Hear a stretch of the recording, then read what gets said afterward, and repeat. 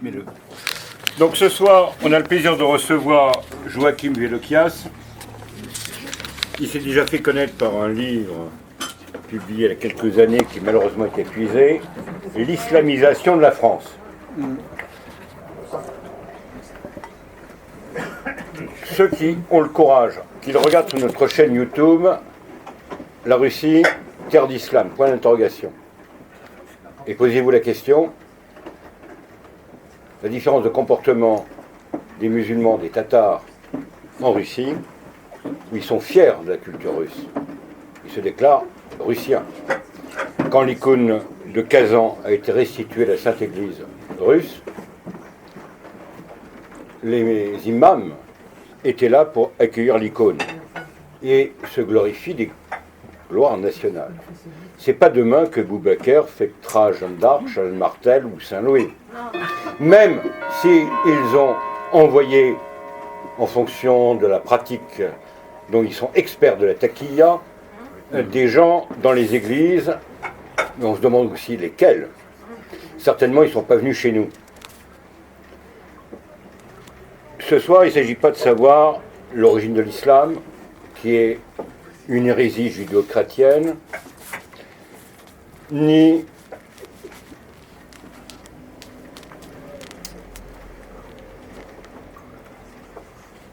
comment la France, malheureusement, est en train subrepticement de basculer. Et il faut se retenir une chose, bien le comprendre, qu'il y a un rapport adultérin entre la prétendue république maçonnique et l'islam, par haine du christianisme, des racines chrétiennes. Et ce n'est qu'un début.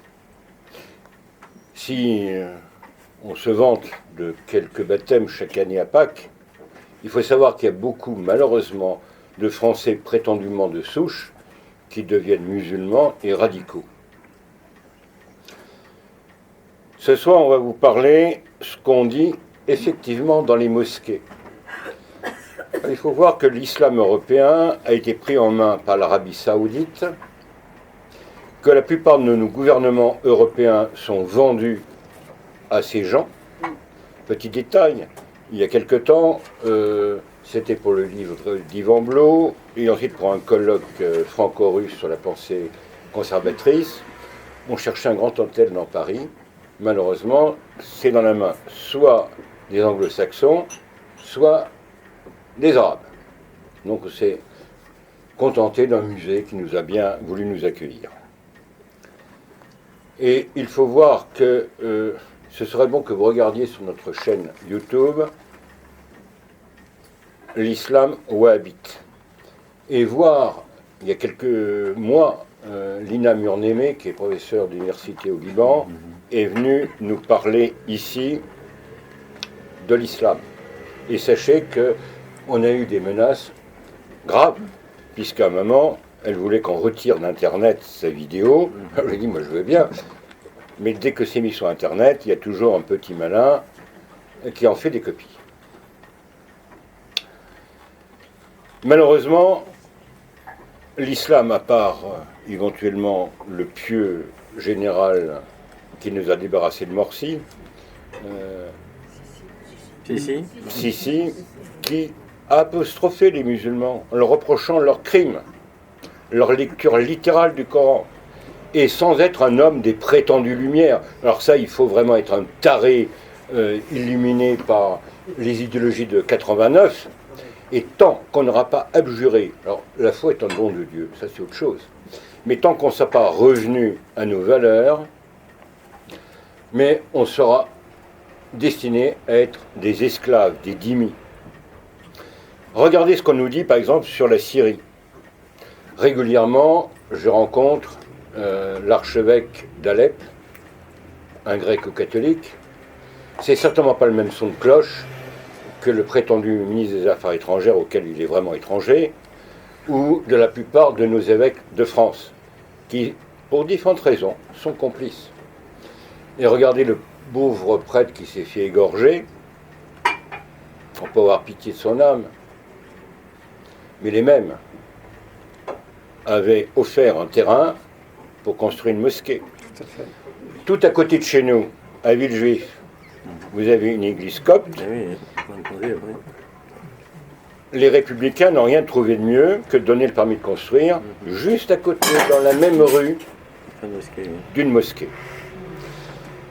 Quelle est la conséquence de tout cela?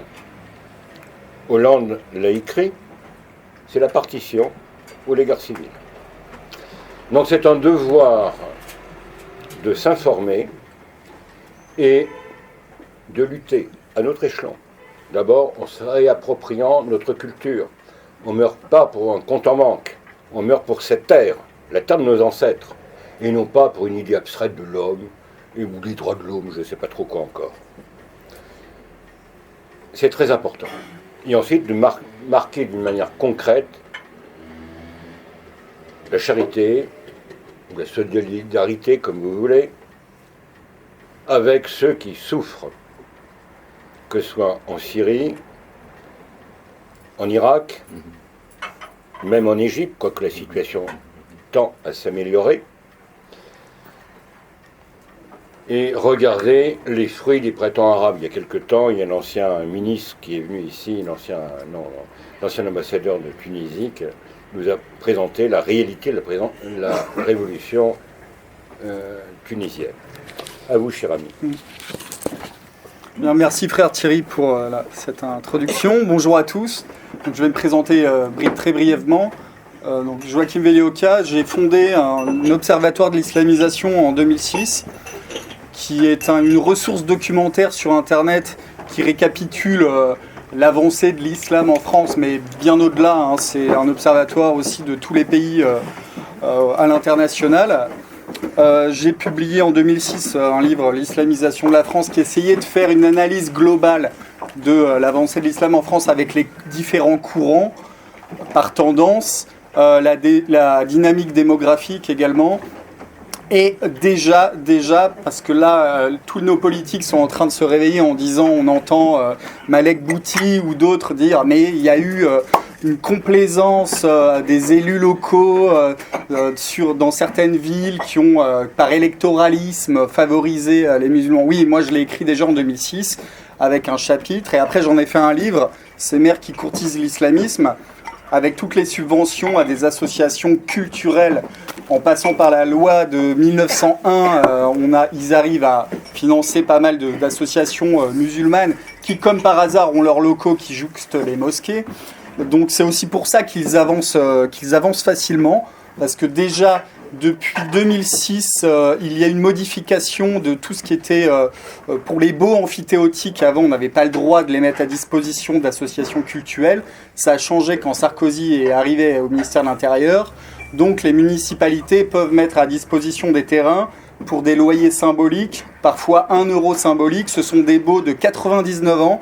Et c'est vraiment une méthode qui s'est généralisée. Et du coup, les musulmans n'ont plus de terrain acheté pour édifier des mosquées. Il n'y a plus que le bâti, et ça a permis l'irruption de beaucoup de mosquées. Là, c'est un rythme d'une mosquée qui se construit toutes les 2 semaines ou qui ouvre.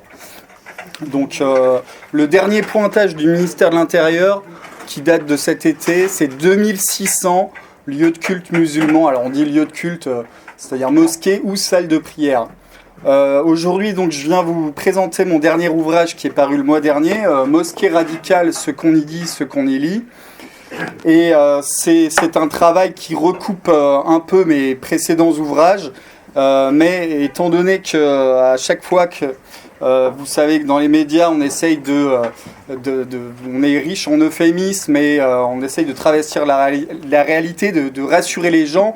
Donc il fallait vraiment apporter des preuves que ces mosquées étaient bel et bien problématiques et tenaient des discours contraires à nos valeurs, et plus que ça.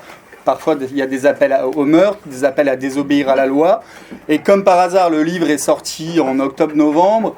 Eh bien, il y a eu 4 mosquées, dont 3 figurent dans le livre, qui ont été fermées par le ministère de l'Intérieur au même moment de la sortie du livre, dont la mosquée d'Equevilly, qui a fait un recours aujourd'hui même au Conseil d'État pour tenter de rester ouverte, et dont je vais vous parler tout à l'heure. Alors, Mosquée radicale, oui, radical, c'est le mot à la mode. On parle de radicalisation. J'ai choisi ce titre parce que d'une part, c'est vrai qu'en fait, dans le radical, il s'agit de revenir aux sources. Radical, radix, la racine. Donc en fait, ce sont des mosquées qui appliquent l'orthodoxie sunnite. Et donc on parle beaucoup aussi de l'Arabie Saoudite, mais il n'y a pas que le wahhabisme des Saoudiens qui pose problème en France. Je vais après détailler un peu les différents courants de l'islam qui sont très bien implantés en France. D'une part, on a évidemment, du fait de notre histoire, beaucoup de mosquées marocaines et algériennes. Alors, il y a 4 écoles juridiques dans l'islam sunnite, parce qu'évidemment, l'islam, vous le savez, c'est avant tout une loi, avec toute une jurisprudence. Et dans le passé, il y avait d'autres écoles juridiques. Certaines ont été vaincues, certaines se sont essoufflées. Et maintenant, il y a 4 écoles juridiques dans le sunnisme qui sont assez proches. Le tronc commun est le même. Au-delà du Coran, évidemment, il y a la Sunna, donc tous les propos, les actes de Mahomet, le hadith. Je ne vais pas revenir là-dessus, mais pour rapidement, ces 4 écoles juridiques reconnaissent authentiques les mêmes hadiths entre elles. Elles sont d'accord entre elles. Sur les principales peines capitales, les 5 sanctions du sunnisme pour tout ce qui est crime, selon eux le crime, ils ont les mêmes. C'est-à-dire, si vous êtes un apostat, il n'y a pas de débat, c'est la peine de mort. Le grand imam d'Al-Azhar l'a rappelé le mois dernier en disant qu'évidemment, il ne pouvait pas revenir sur le hadith.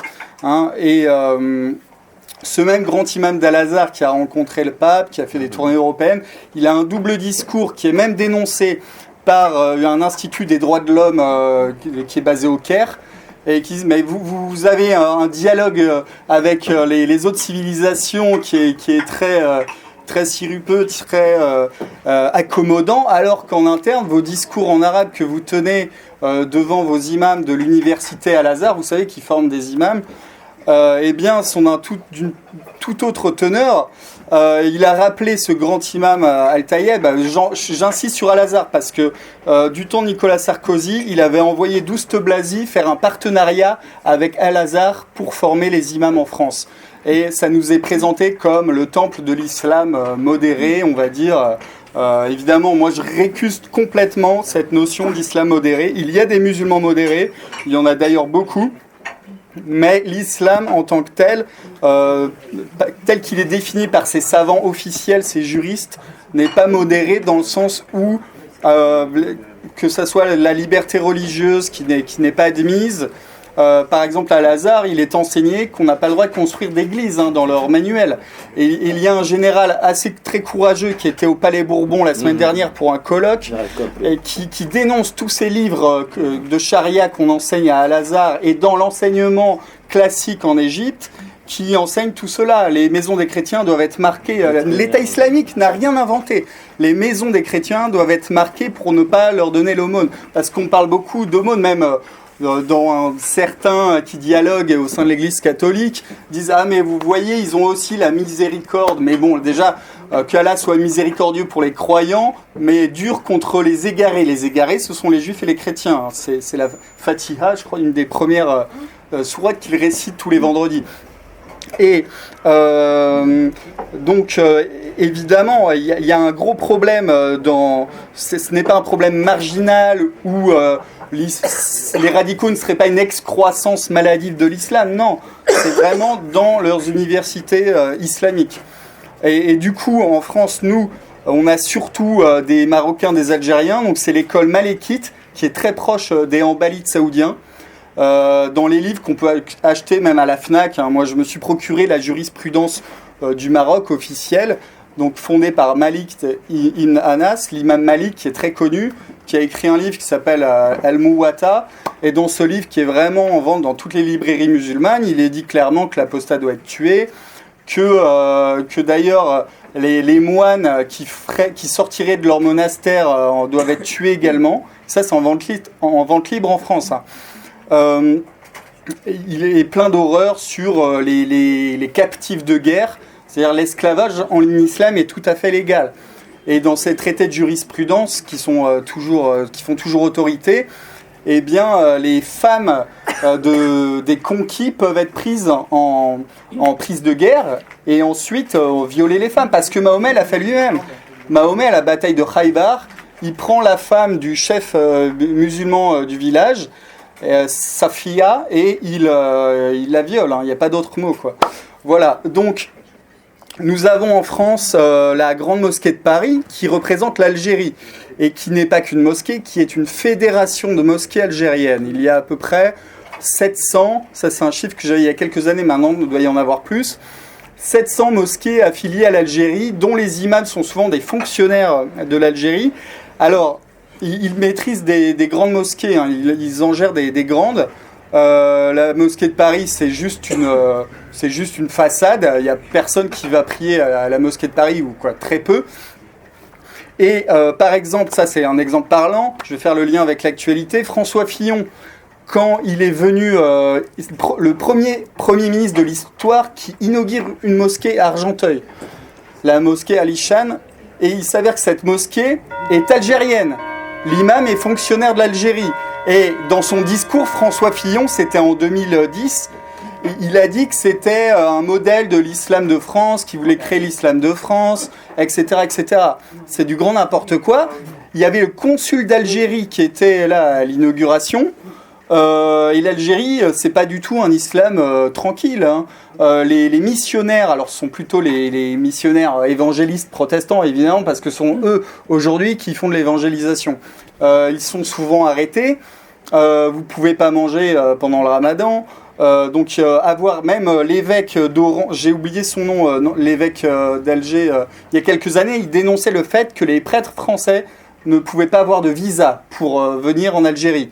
Alors qu'au contraire, il y a à peu près une centaine de visas pour des imams algériens qui viennent à chaque ramadan. Il faut savoir qu'à chaque période du ramadan, le Maroc et l'Algérie bénéficient de visas de séjour pour des imams qui puissent encadrer les diasporas en France. Voilà. Et donc cette mosquée d'Argenteuil, je vais m'y arrêter un peu parce que j'ai un chapitre dédié à cette mosquée d'Argenteuil. Et d'ailleurs, là, du coup, comme on sait que c'est François Fillon qui va représenter la droite courbe ou la droite molle, hein, suivant l'expression, eh bien, il faut savoir que cette mosquée, il y avait eu un reportage intéressant fait par La Croix. C'est très rare hein, que j'encense les reportages de La Croix, mais là, ils avaient bien travaillé.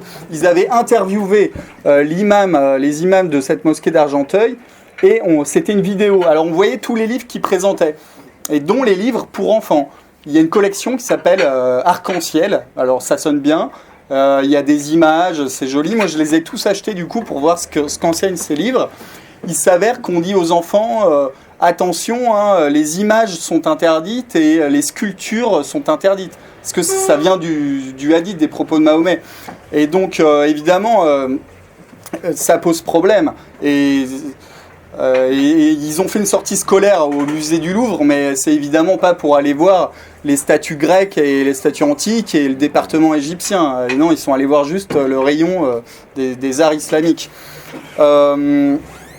Et aussi, donc, dans cette mosquée d'Argenteuil qui nous est présentée comme le parangon de l'islam de France modéré, etc. Donc il y avait déjà ces propos, du moins ces écrits de ce livre scolaire. Et j'avais trouvé d'autres exemples. Ah oui, à un moment, il y a un imam qui dit qu'il faut faire du sport entre nous. C'est-à-dire inscrire les enfants dans des clubs de sport, mais musulmans. Surtout pas qu'ils fassent du sport pour garder cet esprit communautariste. C'est un des imams qui a donné une conférence chez eux. Il y a eu aussi un imam frère musulman, Nourdine Aoussat, qui est un type qui est imam et qui fait des tournées de mosquées, qui défend mordicus les frères musulmans et qui est venu en conférence dans cette mosquée. Donc bon, on peut se poser des questions quant à sa modération. Donc ça, voilà pour l'Algérie. Après, le Maroc. Alors, en fait, l'Algérie et le Maroc se livrent une concurrence forcenée pour le contrôle de l'islam en France. Et le Maroc gère un petit peu mieux son argent. Ils ont un plus de financement. Du coup, ils ont financé des énormes mosquées à Saint-Étienne et à Clermont-Ferrand. des mosquées vraiment monumentales avec minarets, très bien décorées, etc. Alors là encore, hein, on nous dit mais oui, mais le Maroc c'est l'islam du juste milieu. Et d'ailleurs, ce sont ces politiques qui reprennent cette expression du juste milieu sans savoir d'où ça vient. Al-Wasat, en fait, ça veut dire simplement les Malékites de cette école juridique se considèrent comme étant les meilleurs, donc étant dans le juste milieu. Et pour autant, les imams, l'islam enseigné au Maroc, donc c'est l'islam malékite qui n'est pas modéré. Et là, je vais prendre un exemple. C'est l'imam de Tomblaine, c'est une ville qui est à côté de Nancy, ça se touche. Alors cet imam est quand même le président du conseil régional du culte musulman pour la Lorraine. Il est membre du Rassemblement des musulmans de France. En fait, les Marocains, ils ont cette fédération et ils ont une autre fédération qui est de Mohamed Moussaoui, qui est maintenant le vice-président du conseil français du culte musulman. Et d'ailleurs, ce type-là a un site internet qui s'appelle Le Juste Milieu en arabe. Et qu'est-ce qu'on trouve dans ces textes de jurisprudence? Il dit voilà, la sanction, les différentes sanctions en islam, des châtiments doivent être, sont prévus pour. Il fait la liste. Alors évidemment, il y a les couples hors mariage, hein, l'adultère. Quand je dis évidemment, parce que chez eux c'est systématique, sont les coups de fouet. Lui il dit, le Coran dit qu'il faut flageller. Mais la Sunna précise bien qu'il faut les tuer. Et du coup, il n'y a pas de débat. Et celui qui nierait ces hadiths de la Sunna sort de l'islam. Il est hérétique.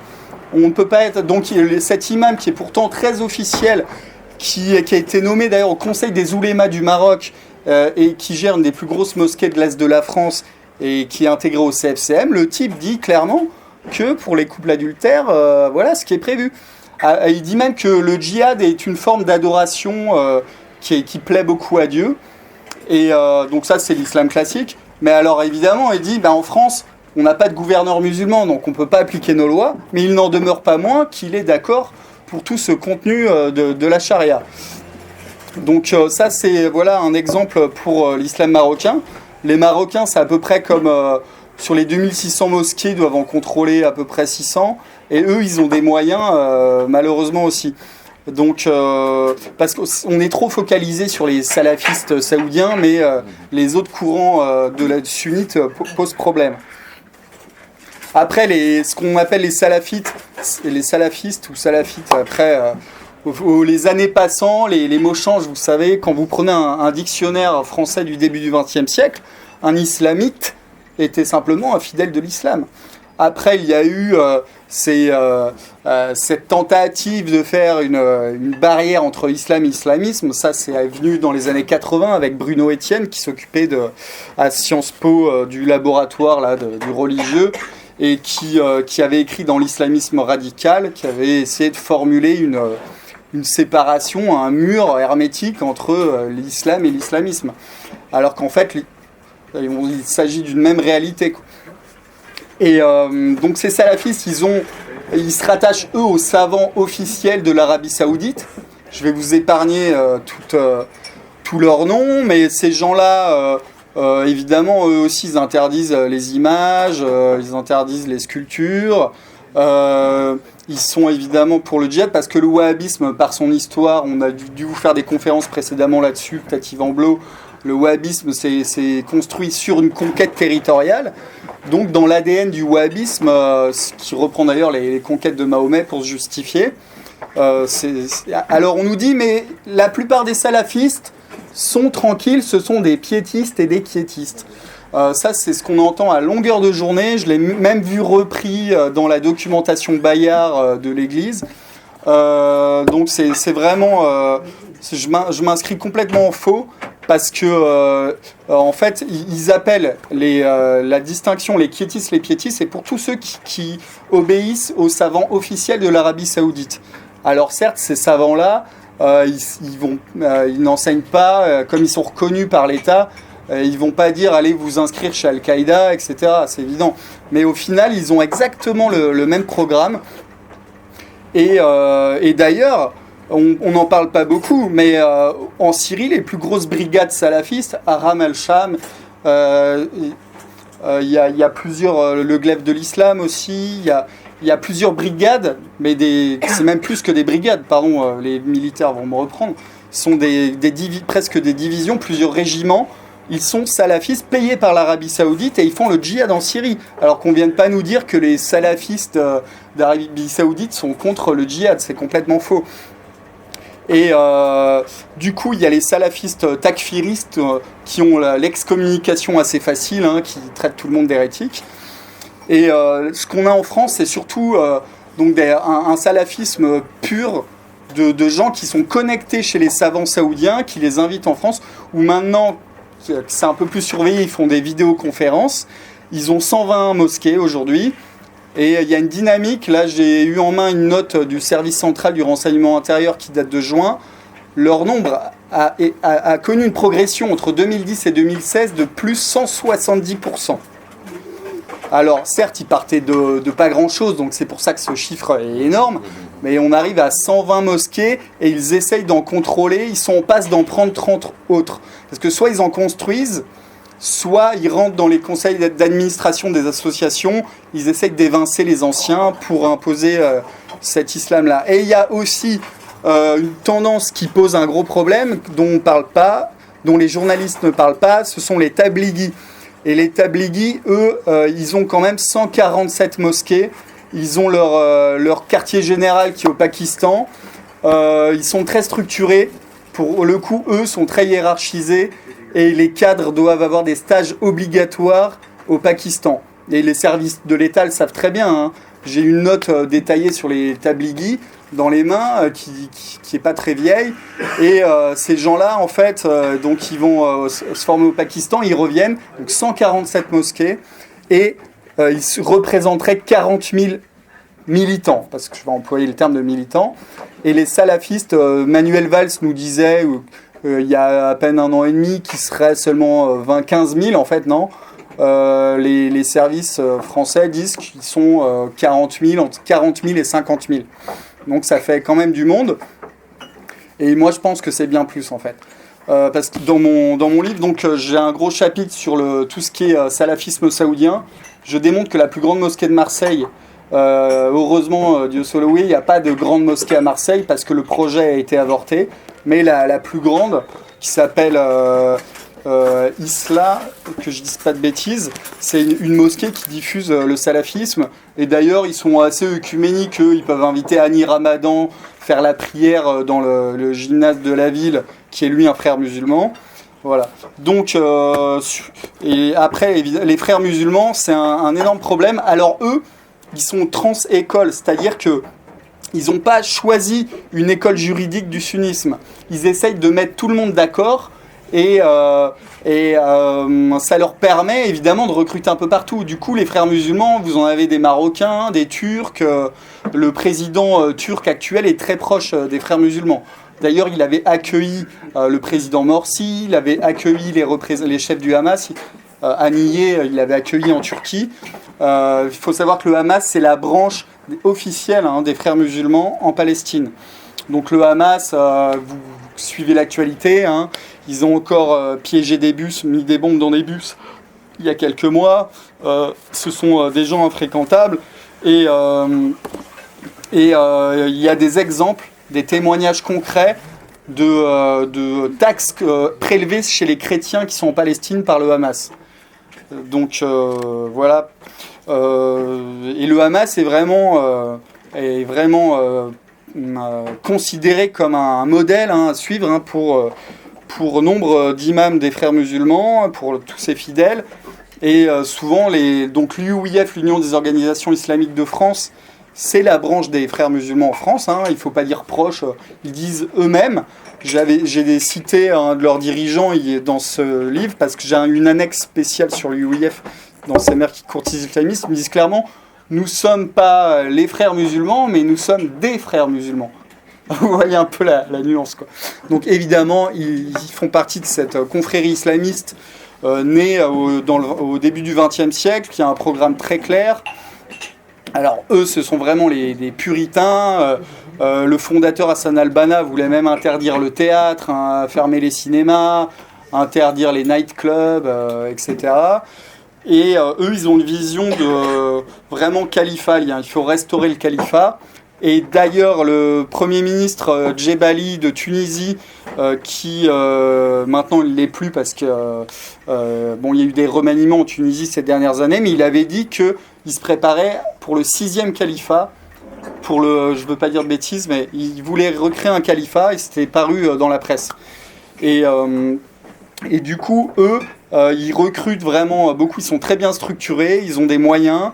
Tous les ans, depuis 30 ans, à Pâques, et oui, ils le font exprès, à Pâques, ils font leur grand congrès annuel à Villepinte, au palais du Bourget, où il y a même des évêques comme Monseigneur Dubost qui vient à Pâques les voir, leur rendre visite, qui avait dit le Coran est notre constitution du temps de Sarkozy.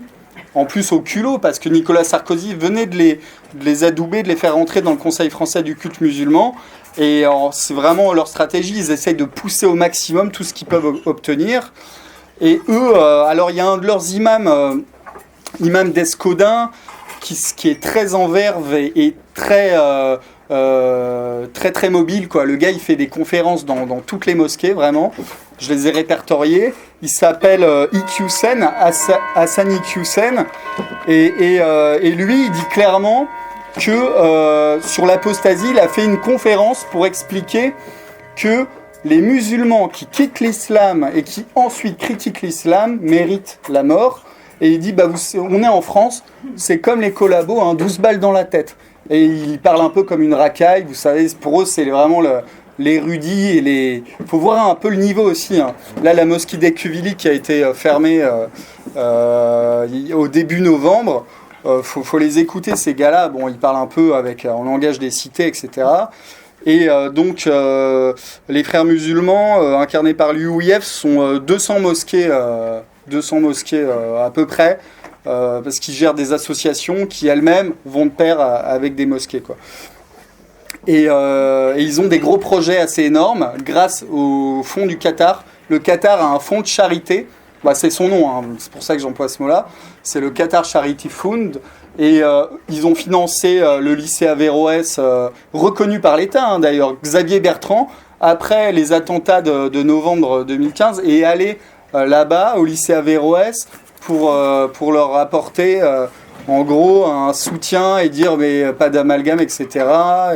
Et limite, il s'excusait d'une soi-disant, franchement, heureux comme musulmans en France. Ils peuvent ouvrir des mosquées, ouvrir des écoles hors contrat. Ils n'ont aucun problème. Et ils arrivent à avoir ce discours de culpabilisation du français en disant nous sommes stigmatisés à longueur de temps. C'est vraiment inadmissible. Et donc eux, ils sont très malins, l'UOIF. Non seulement ils ont à peu près 200 mosquées, mais c'est eux qui ouvrent des collèges et des lycées, des écoles primaires en France. Ils viennent de créer une fédération nationale des écoles musulmanes en France. Et à leur congrès fondateur, il y avait même un ancien inspecteur général de l'éducation nationale pour donner de la crédibilité. Et ils ont une école à Dessines, à côté de Lyon.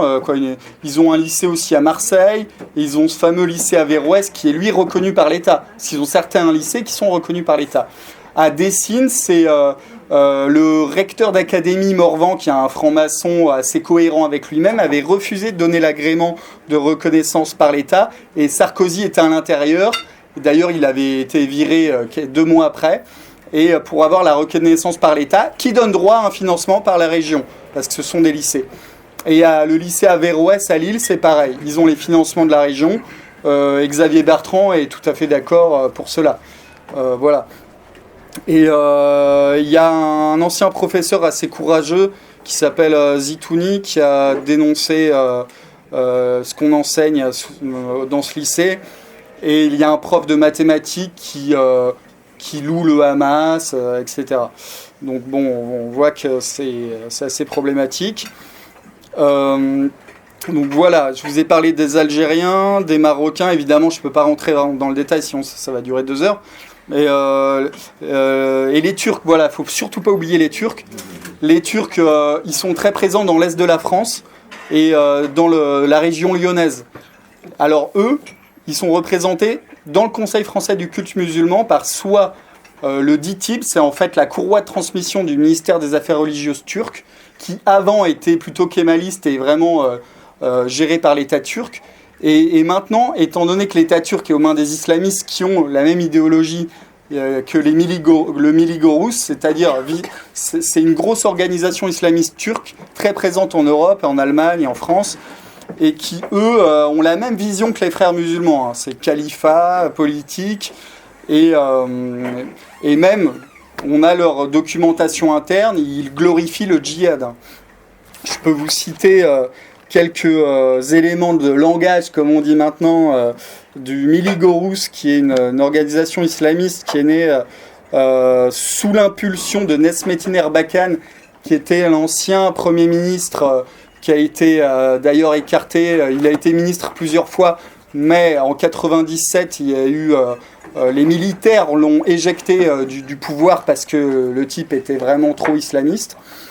Et eux, les Turcs, ils gèrent une centaine de mosquées.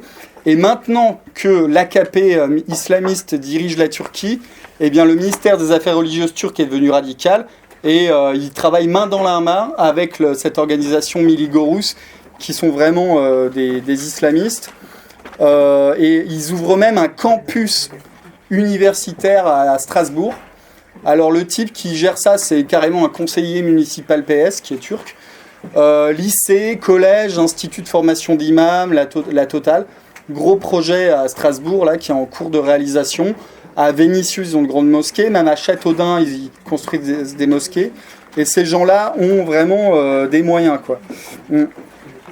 Donc, moi, je parle pas turc, je parle même pas arabe, vous voyez. Donc,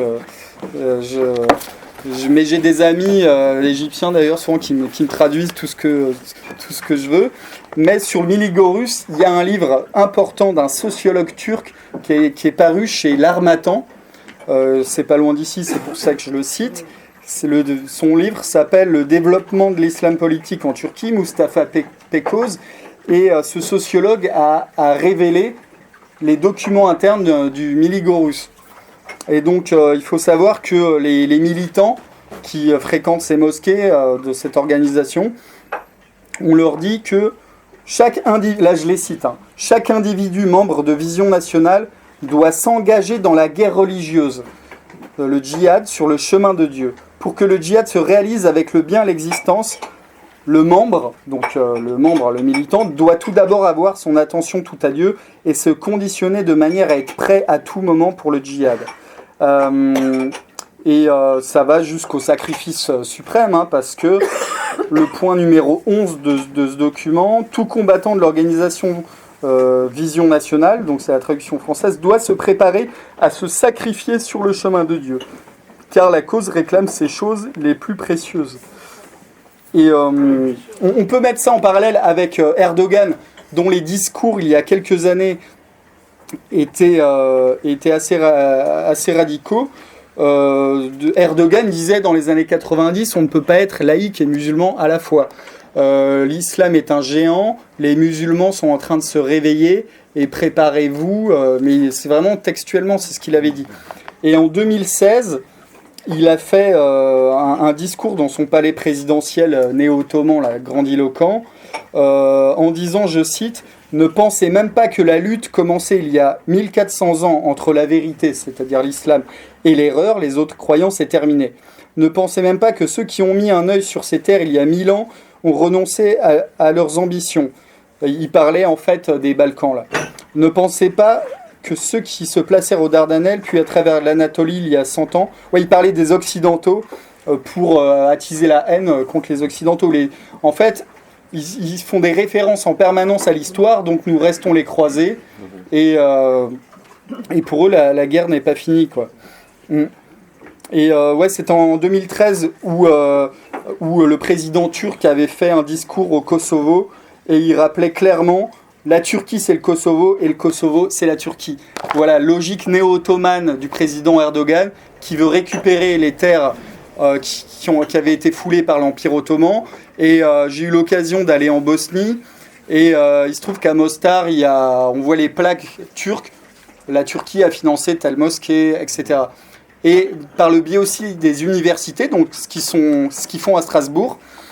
À Sarajevo, il y a une grande université turque. Les diplômes comme ça sont reconnus par la Turquie.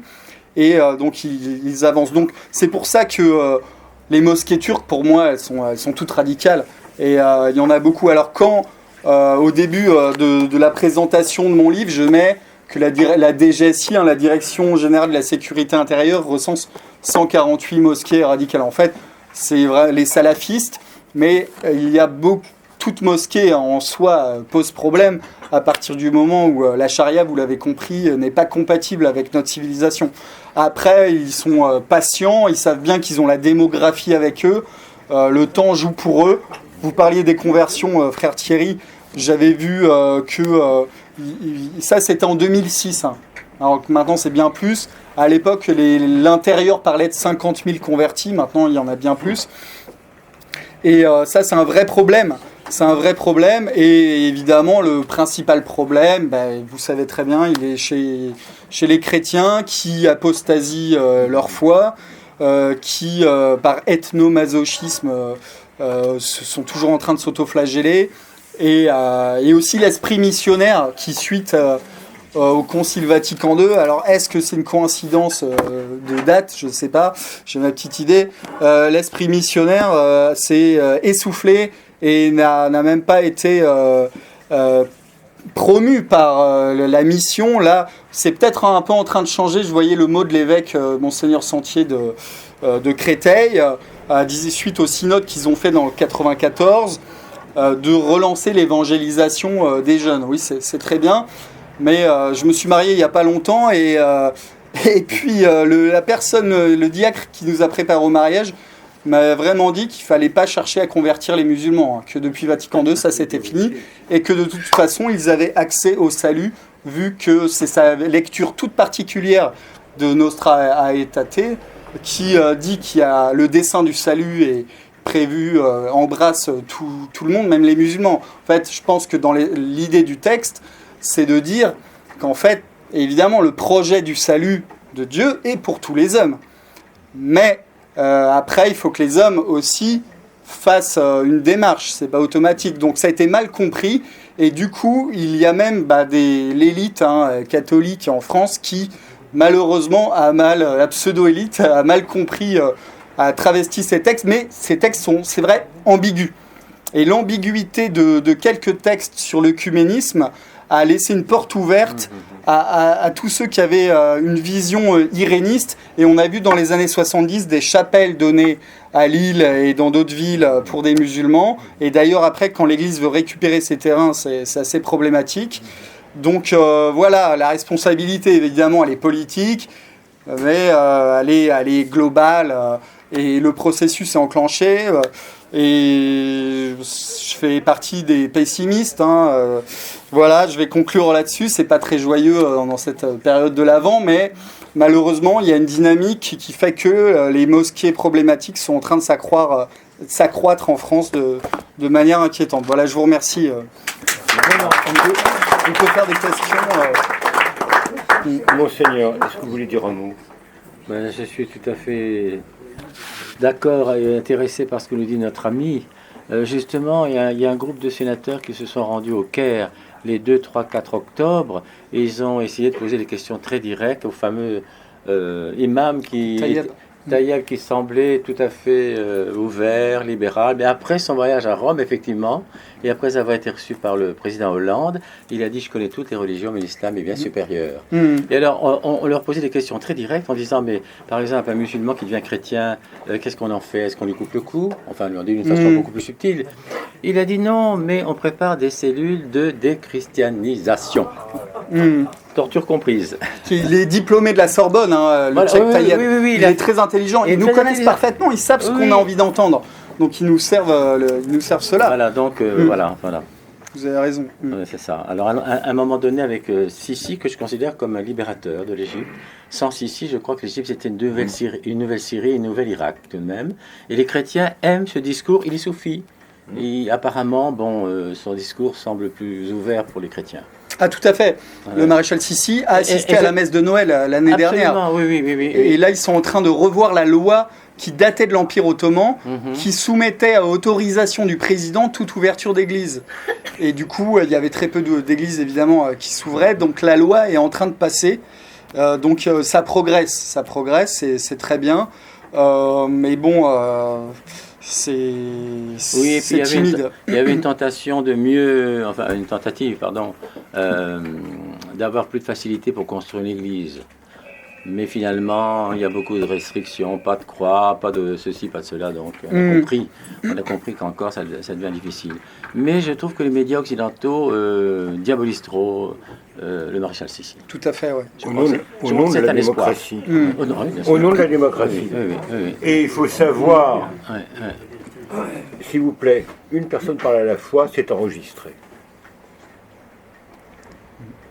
Que la démocratie, les musulmans l'ont bien comprise. Et ils savent s'en servir pour dominer l'Europe. Si à Vienne, ils ont été stoppés, ils reviennent. Sachez qu'à 1h30 de Paris, au Kosovo, une terre chrétienne, toute petite, a été donnée volontairement par les anglo-saxons avec la complicité de la France aux musulmans. Et la raison a été donnée par le général américain qui commandait les opérations, c'était de faire une nation musulmane au cœur de l'Europe pour la casser. Et c'est une vieille alliance entre l'esprit anglo-saxon et l'islam qui remonte d'ailleurs au début de l'Arabie saoudite. Tout à fait au début. Alors, je vous conseille, ceux qui veulent, de regarder sur Internet votre livre. On peut le trouver que d'occasion, l'islamisation de la France. Aux éditions de Paris, il y a pas mal de livres sur l'islam. Même des fois, ça arrive. Aux éditions du Cerf, les professeurs Urvois ont publié un excellent livre. L'islamologie, ce qui est remarquable. Et il faut savoir que peut-être, c'est peut-être un des derniers débats qu'on aura sur ces questions. Car l'islam, qu'est-ce qu'il cherche à faire? À criminaliser toute critique. Et vous avez des complicités au niveau politique. Et n'hésitez pas que ça ne vous concerne pas. Regardez les lois liberticides, elles n'ont pas été encore votées, mais qui ont été, mais c'est au Sénat. On ne peut plus remettre en cause un des fléaux de notre pays, le génocide français par l'avortement et l'invasion. Dans quelque temps, quand on reparlera de ces questions, on risque de se trouver devant les tribunaux. Il faut le savoir. Est-ce qu'il y a des questions à poser? Alors vous levez la main et de vous parler de manière distincte parce que c'est enregistré. Venez plus près. Bonsoir. Alors, merci pour votre conférence. Alors, j'ai juste une question à vous poser, effectivement, puisqu'on est tous dans cette salle extrêmement pessimiste par la situation actuelle. Et compte tenu des échéances politiques, on aimerait savoir pour 2017 quel serait le candidat qui serait le plus à même pour répondre à nos questions. J'ai entendu Marine Le Pen dire que l'islam était compatible avec la République française. Et face à ce que j'entends, ça ne correspond pas du tout à la réalité. Bon, voilà. Je vais vous répondre très rapidement. Et après, vous répondrez. Je vous réponds sous ma responsabilité. Il faut savoir d'abord que les institutions génèrent une pensée politique. Qu'on le veuille ou non, la République est hétérogène à l'âme française. Et comme le disait Maurras, elle sait très bien défendre ses institutions. Regardez, toutes les tentatives de la pseudo-droite de Boulanger à De Gaulle ont toutes échoué. Elle est très bien à même de défendre ses institutions, mais elle est incapable de défendre la France. Alors ça ne veut pas dire que dans l'eau, il n'y a pas de braves gens. Oui, il y a très longtemps, j'ai fait de la politique dans un certain parti très modéré, mais sans illusion. Ce n'est pas avec des élections que vous changerez le courant de l'histoire. C'est, comme le disait Baudelaire, il n'y a de nobles sur terre que le poète, le prêtre et le soldat.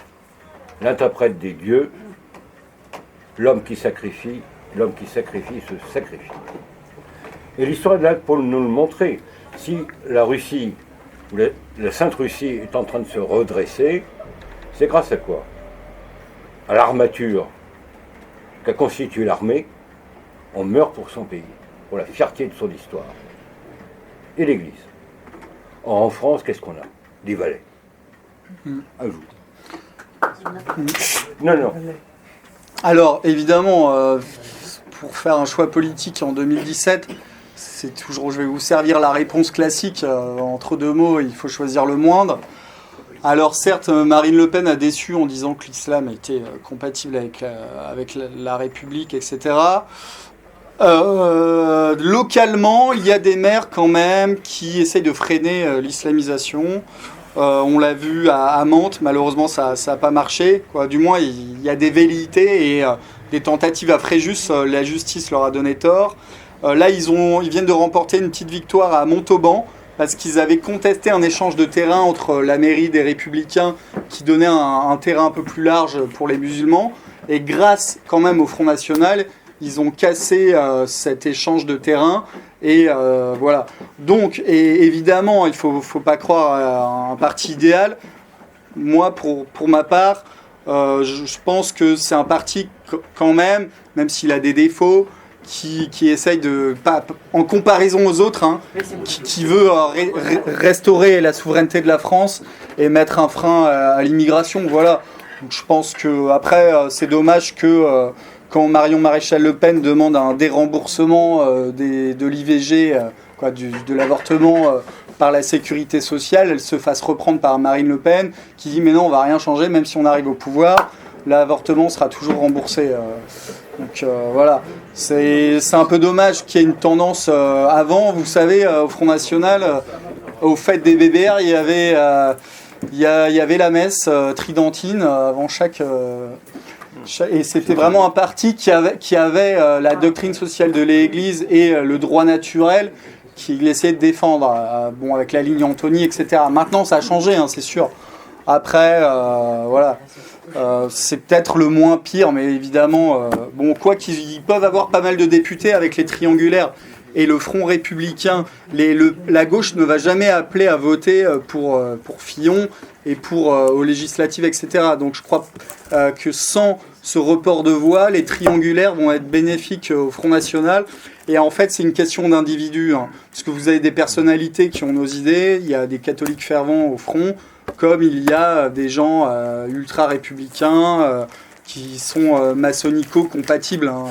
Voilà. Après, c'est une histoire de tendance. Mais lors là, on va laisser la place pour d'autres questions, parce qu'on pourrait en parler beaucoup. Ok, je vous remercie. Une autre question?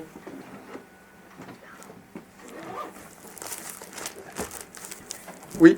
Oui, en principe, la mosquée de Paris, je crois qu'elle l'extraterritorialité, est-ce qu'il y en a d'autres? Alors, je ne sais pas, là j'avoue, c'est une colle. Non, je suis pas sûr. Non. Alors, l'histoire de la mosquée de Paris, c'est une dette de la France pour des soldats musulmans qui ont combattu pour notre drapeau. Et il est intéressant de relire un vieux texte de Maurras, de l'époque. Et c'était une dette envers des soldats qui ont combattu pour nous. Mais jusque dans les années 70, c'était quasiment l'unique mosquée en France. On allait prendre le thé. Et il est bon de vous mettre en garde contre certaines formes de taquilla, entre autres, Fils de France. Association de musulmans soi-disant patriotes, on demande de quelle patrie ils se réclament, qui arrivent à noyauter même l'action française, ou l'inaction française comme on veut. Pauvre Maurras, il doit se retourner dans sa tombe. Et ça, c'est le résultat d'une inculture viscérale, abyssale. Alors, qui est des musulmans pacifiques, on n'en doute point, et surtout les sectes soufis, qui à une époque avaient une certaine vogue dans les milieux bourgeois intellectuels. Malheureusement, cette époque est révolue. Et il est évident, il suffit d'aller dans certains territoires pas très loin de Paris. Tous les 21 janvier, j'accompagne le prince de Beaumont-Parme à la messe du 21 janvier. Louis XVI, oui. Mais on n'est plus en France. C'est tout. Est-ce qu'il y a d'autres questions?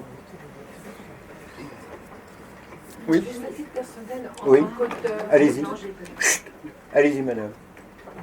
non, excusez-moi, je voulais rebondir sur la notion de soufisme. Oui. De De soufisme. Oui. Parce que les soufis, ils ont quand même le Coran et les hadiths Tout à fait. en Oui, oui. arrière-plan. Je sais, Et oui. donc, c'est aussi une sorte de mode, une espèce d'édulcoration qui est très portée dans certains milieux pseudo-intellectuels, parce qu'on vous sort toujours, ah, mais il y a les soufis, comme si c'était quelque chose de... Tout à fait. D'ailleurs, il y a des grandes confréries de soufis en Turquie qui sont radicales. Les Naqshbandiya, Suleyman Shia, ils ont même envoyé des djihadistes là en Syrie. Et tout à fait. Et le professeur Marie-Thérèse Urvois, cette grande islamologue de l'université qui est tellement brillante qu'elle n'est jamais invitée dans les médias, l'explique très bien.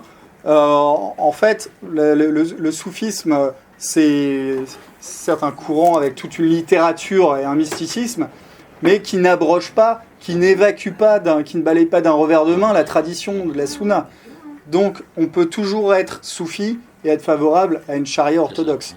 Et il faut savoir que les musulmans aujourd'hui, l'islam radical, pourchasse les soufis. Il y avait des sectes soufis, par exemple, au Kosovo, dans l'ancienne Yougoslavie. Ils ont été éradiqués.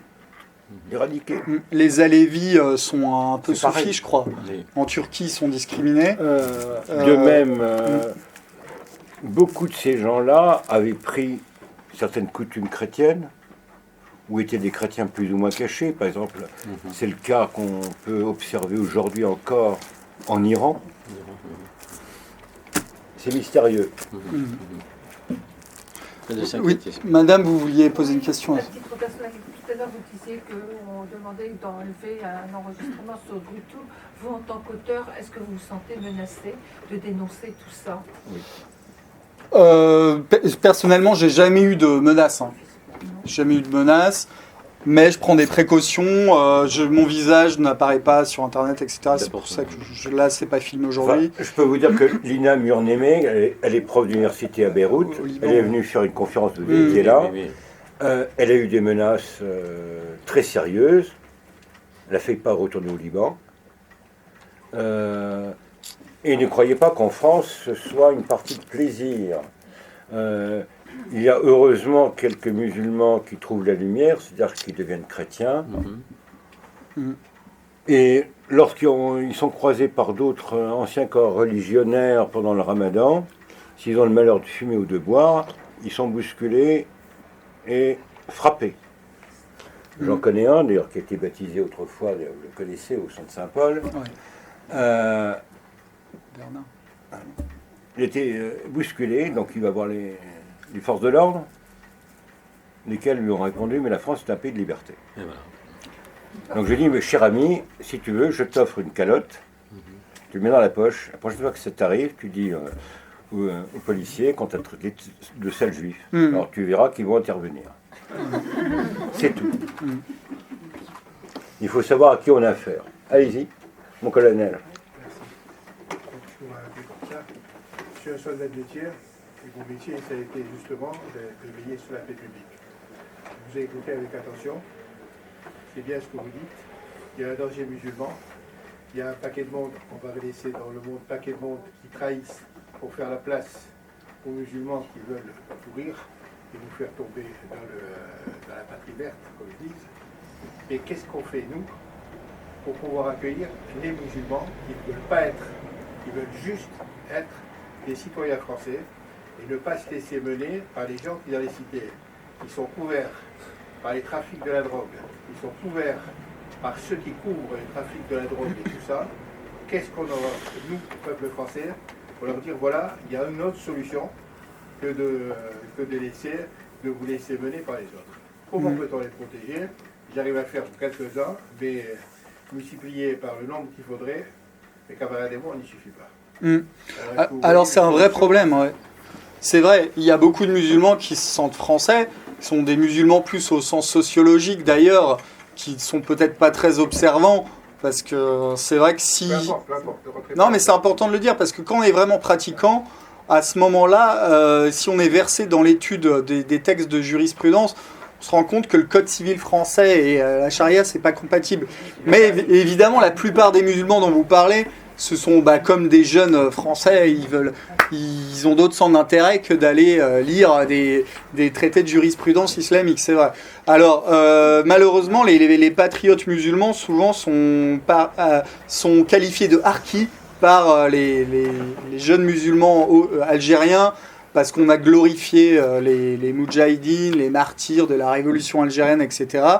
Et maintenant, l'expression pour des musulmans qui seraient trop bien assimilés, en fait, c'est de les traiter de harkis, etc. Alors, tant qu'on aura l'UIF qui sera reconnu officiellement par l'État et tant que ce sera les mouvements les plus fondamentalistes qui construiront des mosquées, etc., ce sera très dur pour ces jeunes de vivre tranquillement. Qu'est-ce qu'on peut faire, nous? C'est pas les... Je sais que c'est dur. Non, c'est au niveau politique. Que peut-on faire, nous? Si on les rejette, si on les rejette, nécessairement, c'est un classique de la guerre révolutionnaire. Non, mais attention, hein, moi je ne parle pas de rejet des musulmans. Moi je parle des organisations vraiment radicales. Et je vous présente le panorama de l'islam tel qu'il est pratiqué. Mais après, évidemment, la plupart des musulmans, ce sont des gens paisibles. Et il ne faut pas qu'ils tombent dans l'escarcelle, justement, de ces fonctionnaires de l'étranger. Parce que les imams sont souvent des fonctionnaires turcs, marocains, algériens, empreints d'un certain nationalisme, d'ailleurs. Et c'est ça le problème. Le problème, c'est la double nationalité, déjà. Après, nous, à notre échelle, qu'est-ce qu'on peut faire? Pas grand-chose. Je vois pas trop... on peut évidemment être sympa avec eux, leur tendre la main, etc.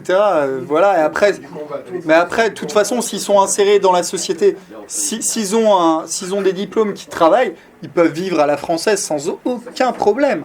Mais aucun souci. L'important, c'est de sortir des cités et de les faire accueillir. Ah oui, pour ceux qui vivent vraiment dans les cités. C'est sûr qu'ils ont une pression par mimétisme et par pression sociale. Ils peuvent pas, c'est sûr qu'en période de Ramadan, ils vont peut-être pas manger devant tout le monde. Ouais. Montfermeil. Montfermeil, vous connaissez un peu? Oui, mais les gens de la mosquée, non. Mais comment le maire gère ces problèmes? Je sais pas exactement. Il est très bien. Oui, l'école de la seconde chance. Ah oui. Il y a des initiatives locales. Frère Thierry parlait de l'école de la seconde chance à Montfermeil. Et c'est à développer. Je sais pas si vous connaissez. Il y a même eu, je crois, un documentaire la semaine dernière à la télé. Et le gérant de cette école, j'ai pu l'écouter sur Courtoisie il y a quelques mois. Et il a un très bon discours. Eux, ils font lever du drapeau le matin. Et ils considèrent vraiment l'enfant comme une personne responsable avec qui ils poussent vraiment à la fierté de l'apprentissage. Et il y a une vraie reconnaissance quand l'enfant fournit un effort. Et toute sa démarche éducative est vraiment très bien. C'est soutenu par la Fondation pour l'école aussi. Et ils ont ouvert, je crois, une autre antenne. Et ce genre d'initiative, c'est super. Parce qu'en plus...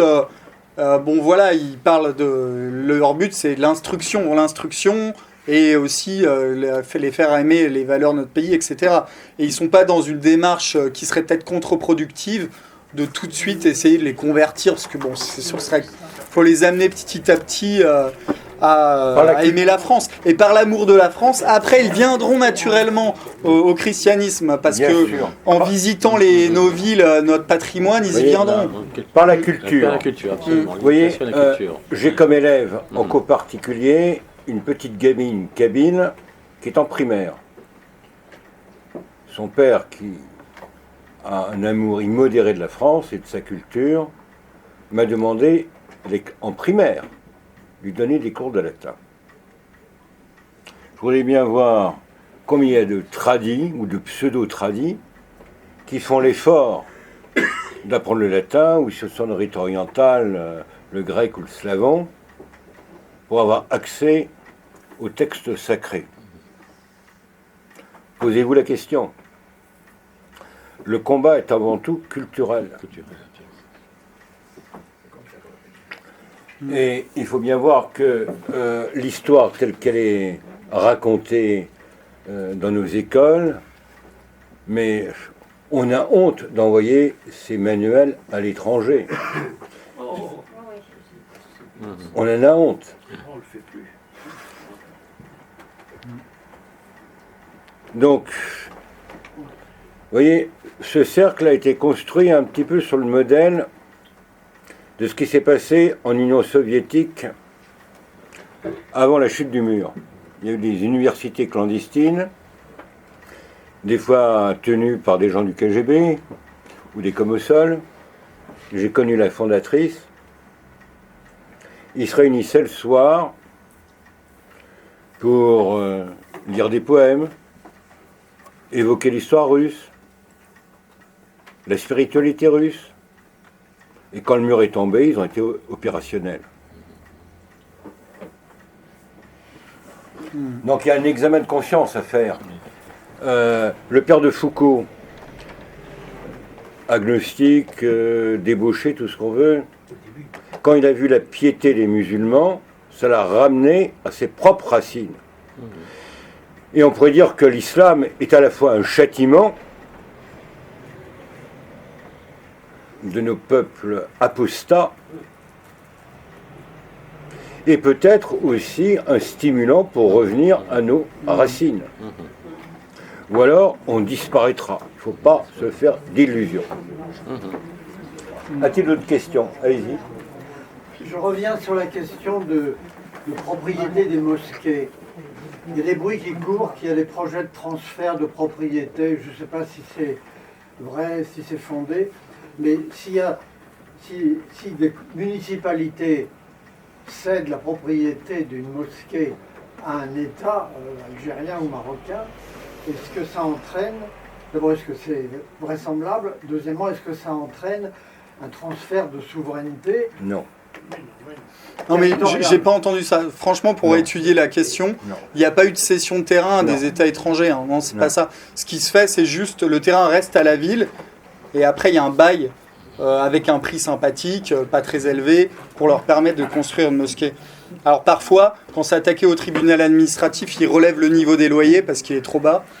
Mais des cessions vraiment, des dons comme ça, moi je connais pas. La mosquée de Paris, à qui elle appartient? Il y a une association des lieux saints et des habous de l'islam, ce qui est une association algérienne et qui les murs, si quelqu'un a des infos, les murs, je sais pas, je sais que c'est géré par l'association. Il y a un projet que la ville de Paris le vende peut-être à l'Algérie, je sais pas. Peut-être, je suis pas au courant. Est-ce que ça mais je devrais le savoir. Non. Juridiquement, ça paraît très difficile. Par contre, ce qui est beaucoup plus grave, non, ils ne jouissent pas de l'extériorité. Et jusqu'à présent, ces problèmes-là n'ont jamais été envisagés. Par contre, aller au Louvre. Et ça, la France s'est vendue. Vous avez plusieurs salles d'art islamique. J'ai mis art islamique. Vous n'avez pas au Louvre les rayons Moyen-Âge ou Renaissance, pas art chrétien. Posez-vous la question. Mais Christine Boudin l'avait dénoncé, ça. Autre question, oui. Une question quand même. Quand, mettons, finalement, une mosquée, disons, s'installe, moi j'ai toujours entendu parler que, mettons, finalement, l'emplacement devient, disons, militaire d'islam. Tout à fait. Est-ce que c'est dans la tête? Oui, mais enfin... Symboliquement, oui, vous avez raison. Dans leur tête, ils font ça, mettons, comme quelque chose, disons, d'acquis. Parce que, vous savez, c'est comme le Coran. Le Coran, mettons, ils lisent le Coran, mettons, sans le comprendre. Ouais, vous avez tout à fait raison. C'est pour ça que là, à Clichy-la-Garenne, il y a un terrain sur lequel il y a la mosquée qui appartient à la ville, et la ville veut faire une médiathèque. Et donc la ville, c'est la fin du bail, ils ont récupéré leur terrain, et les musulmans, pour eux, c'est inconcevable, donc ils vont prier dans la rue, ils mettent la pression maximale au maire. Mais vous avez raison, pour eux, un terrain qui a été une mosquée, c'est une terre d'islam. Et c'est pour ça que le fondateur des Frères musulmans, Hassan al-Banna, disait: nous allons reconquérir la Sicile, l'Italie et l'Andalousie, qui ont été des terres.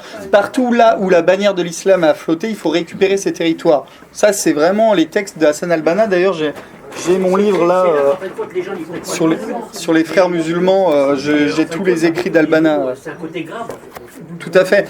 Et j'ai entendu, j'ai pas lu le hadith, mais en fait, du haut du minaret, tout le champ de vision qu'embrasse, c'est une terre d'islam. C'est pour ça, mettons, quand il y a les divises religieux chrétiens, mettons, vous avez dans la construction, ils élèvent toujours des mettons, en hauteur supérieure. Mettons, Ah, tout à fait. Et d'ailleurs, à Beyrouth, là, ils ont construit une nouvelle cathédrale et ils ont révisé la hauteur du clocher pour pas que ça soit plus haut que le minaret, le minaret saoudien là, qui a été construit. Ouais. J'allais souvent, moi, à la mosquée de Paris, très belle très grande, magnifique. Donc, il y avait la journée des femmes et la journée des hommes. C'était pas dit, absolument pas. Bon, c'était très bien vu, très grand, parfait. Et puis cette année, j'ai téléphoné pour savoir si ça n'avait pas changé, quelle était la journée des hommes. On m'a dit c'est fini. Maintenant, c'est que les femmes, uniquement. J'ai dit il y a la journée des hommes. Maintenant, c'est fini. Alors, ouais, j'ai une explication. Je vais pousser un peu plus loin. Du moment qu'un homme, si vous voulez, c'est facile, sur une pierre où il y a donc, c'est même pas de l'hygiène, ça n'a rien à voir avec l'hygiène, rien du tout, un homme ne peut pas venir derrière, c'est pas possible, ou une femme ne peut pas venir derrière. Donc on voit tout de suite déjà, à Paris, la mosquée de Paris, la ségrégation déjà qu'il y a, parce que l'islam, moi je suis une ségrégation.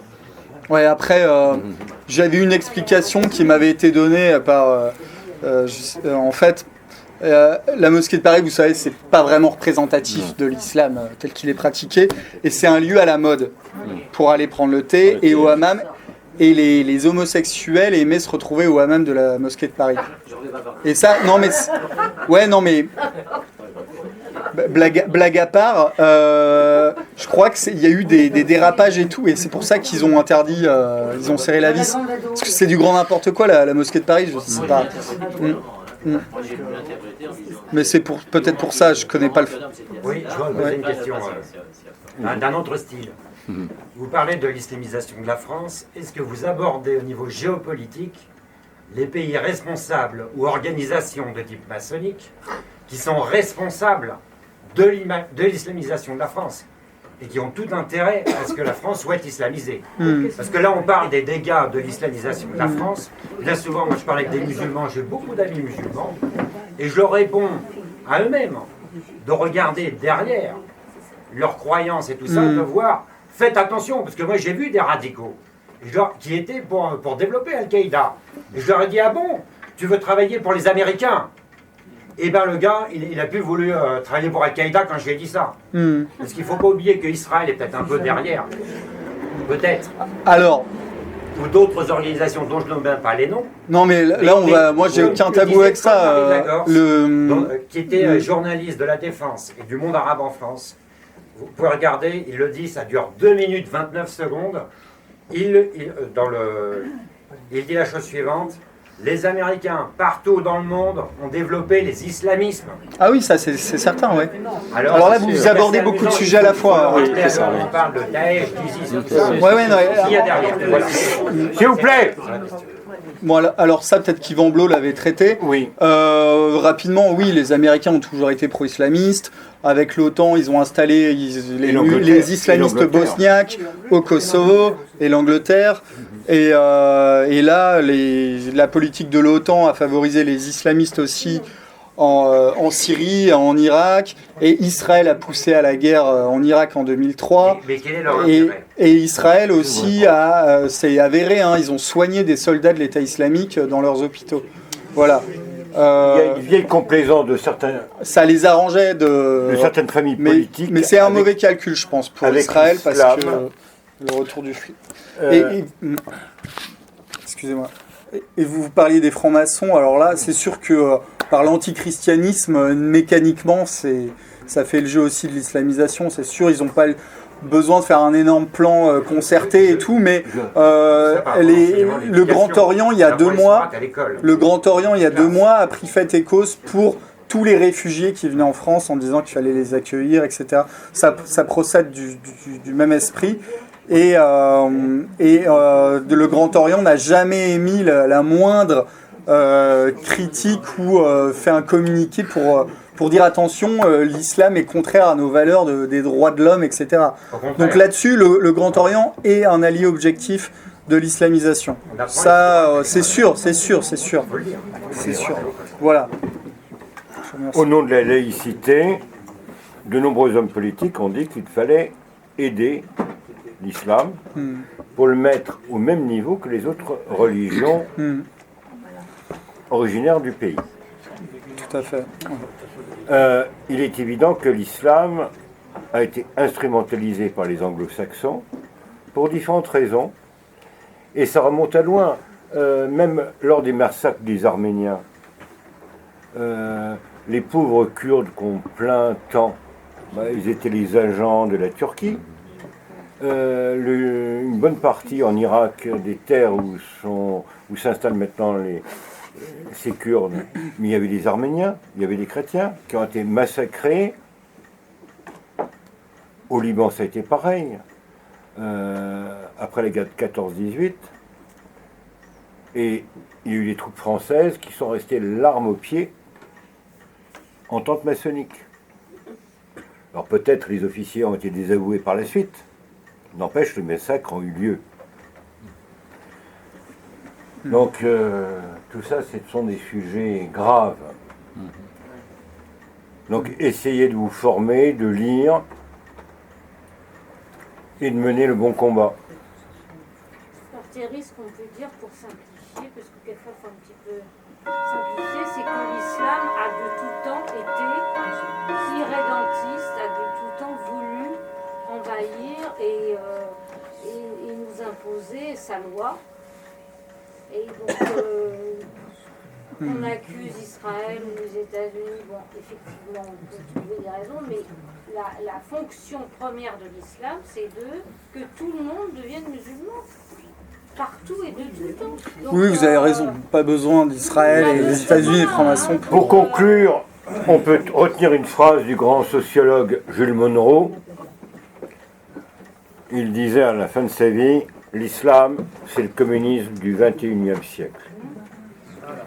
Et il faut savoir que le communisme, Dieu merci, est tombé, mais il a muté. Quand on regarde les néoconservateurs américains, ce sont des trotskistes. Hillary Clinton et... Bon, qu'est-ce que c'est sinon des cousins germains, des bolcheviks.